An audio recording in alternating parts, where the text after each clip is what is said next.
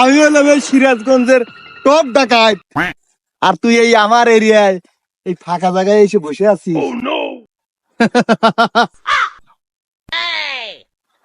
তাড়াতাড়ি তোর ভাই ফোন দে, ফোন দিয়ে ক যে আমাকে ডাকাত ধরছে, এখনই 10 লাখ টাকা পাঠা দিবার লেগে। তাড়াতাড়ি তাড়াতাড়ি, দেরি করবি তুই মনে করিস যে শেষ।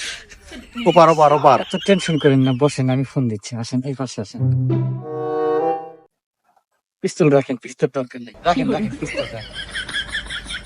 আপনার হাত তো দেন। ও ভাই, আমার একটা ছোট্ট উপকার করবেন। আপনার টাকা 10 লাখই পাবেন, কোনো সমস্যা নাই। কিন্তু আমি নাম্বার দিলি আমার আব্বাকে ফোন করে করবেন 10 লাখ না 15 লাখ টাকা। কে রে? বুঝলাম না, 15 লাখ মানে? নিশ্চয়ই এর মধ্যে কোনো ভেজাল আছে। ক ক ক খুলে ক খুলে ক। ও ভাই, আমার বাপের প্রচুর টাকা, প্রচুর টাকা। এত টাকা সে গুনে শেষ করে পারবেন না।